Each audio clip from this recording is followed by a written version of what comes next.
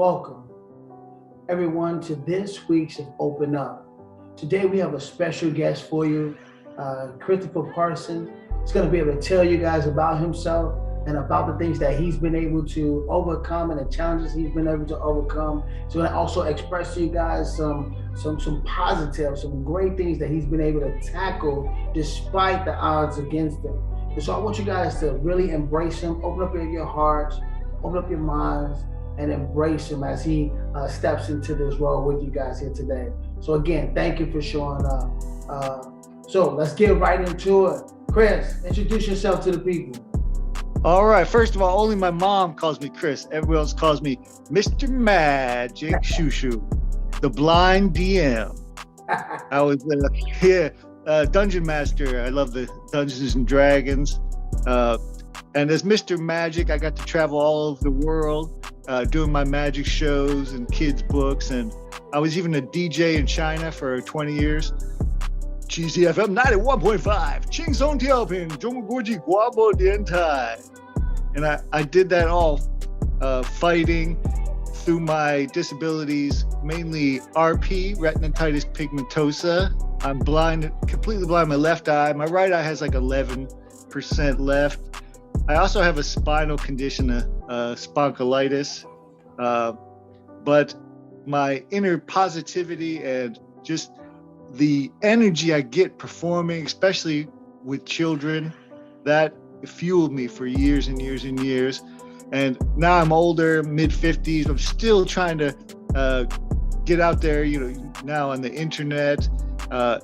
The way technology has gone for me and us, really, it's great for us. I mean, 10 years ago, we would be stunted. We wouldn't be able to do all these things because the blind and visually impaired community, it has that ability now because of technology. A lot of people crack on cell phones, but I think they're magic. So Mr. Magic Shushu likes the magic of the cell phones, and it helps us work through our disabilities. Wow. Well, so you touched on a little bit there, Mr. Magic, how you are able to tap into technology. Do you yourself personally have any challenges in using the technology to be able to spread your joy to the world?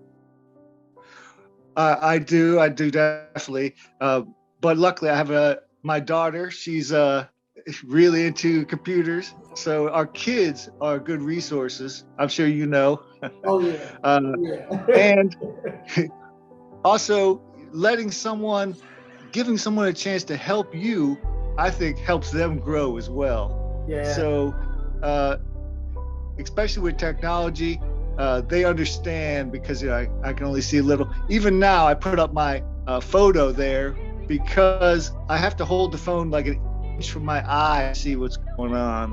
Wow. But later on, at the end of the interview, I'll show you what I really look like as a clown. How about that, audience? All right, well, we're gonna be looking forward to the man over the picture. We'll see that. Oh, you know what he looks like now. Maybe I have a giant wizard beard, giant eyebrows, 2 noses. You don't know. Oh, But technology has really advanced for us. I mean, there's voice to text. That's even when because I wrote so many books, but 20 years ago, my vision dropped significantly and I had to start using a cane 20 years ago. So I couldn't see the computer to type, and I would have to get someone to help me, but now I can do the voice to text. It's magic. awesome. Or magic, as I say.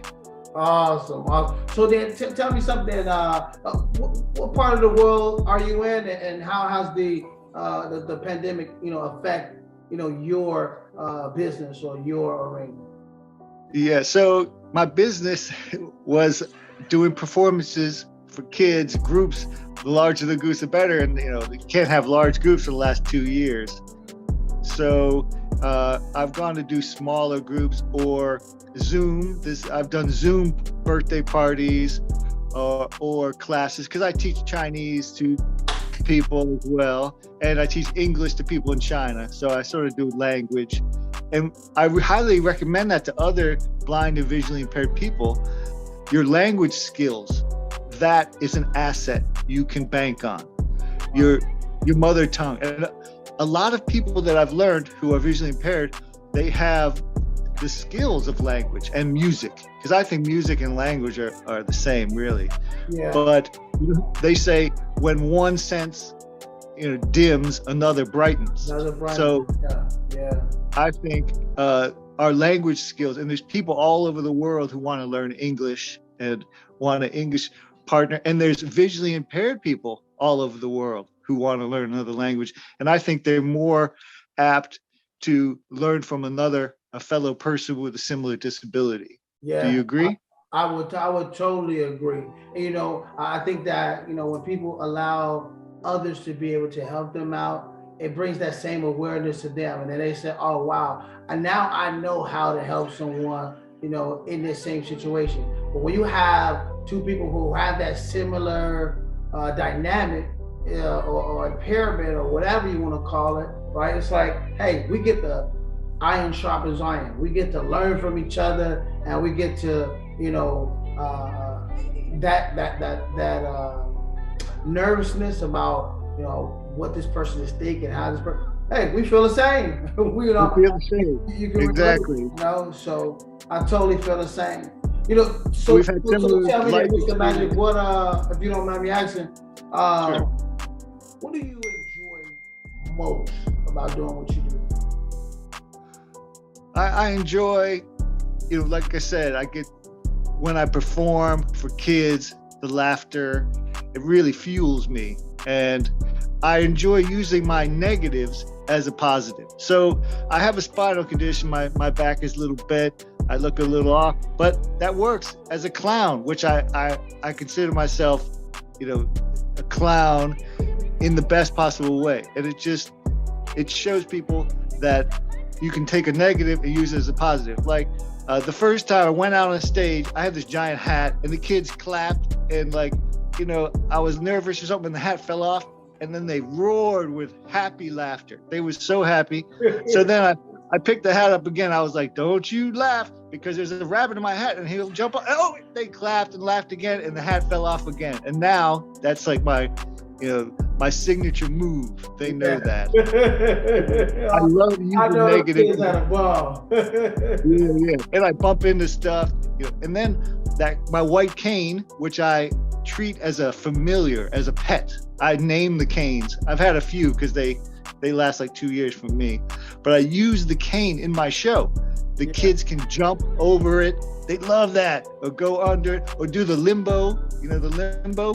Yeah. So I love it. And then it can grow. I can do some magic tricks with it. So some people are like, oh, you have to have a cane. That's a negative. I'm like, no, this cane is my friend. Yeah. Yeah. I even pimp it out, make it look nice, and have bells on it and stuff. So I love using negatives, what people would say is a negative, but I use it as a positive. Wow. So I'm just so happy that that you was able to come on today, and be able to step up and help inspire and encourage someone else, that has maybe a similar disability. And I just commend you, Mr. Magic, everybody. I want to commend him so much for what he does and how he be able to take that negative and turn it into a positive. So, to conclude here, what advice would you give someone who maybe have a similar situation as yours? The community. That's why I was so glad to hear from you. You're bringing the community together. I know there's some online groups with like Facebook and WhatsApp and the new ones I don't know about, but use that community, be part of that community, because being blind, visually impaired is often isolating, even more so. Even when you go out in public, you're afraid to bump into people, what they're gonna say, but we are a community. And once you've gone through it, you can and should and will feel good about helping someone who's behind you, who's coming up. I think a lot of people are visually impaired and they're shy or they're afraid to say it. Yeah. Because I'm learning a lot about what my biological father, I didn't meet him as a kid, but he was actually visually impaired, but he hid that fact. I mean, even behind, because my condition RP was genetically passed down. So I was trying to find out where it came from. Wow. But people should be aware in the community that we can help people come out as blind, to embrace that, because there's good things about it as well. Again, using that negative as a positive to build the community. Exactly. And you know what? I tell everybody this, and I'm gonna conclude with this, but we may be blind. Everybody is blind in some way or fashion. I agree. So we do say, and this is the reason why I started this show, to say open up, right? Just the same as the title, open up, talk to one another, embrace one another, because we all are facing something. We all have our different challenges. We all are nervous, afraid, or we all have some type of negative feelings that we deal with, right? But at the same time, it's good to know that, hey, what I'm going through, somebody else may be going through it. And maybe this video right here is gonna build them up and say, you know what? If they can do it, I can too. All right, I'm ready to open up and show you my face. Are you ready? Open up, let us see you. 5, 4, 3, 2, 1. Let's have fun. Let's see. Here we go. Whoa!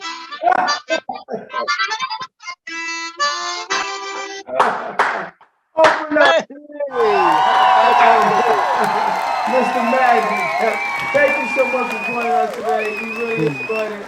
Thank you, everybody. And check out I'm doing a new story, Rhett Pigment, VI Private Eye, visually impaired private eye. He helps other visually impaired people. Check it out online.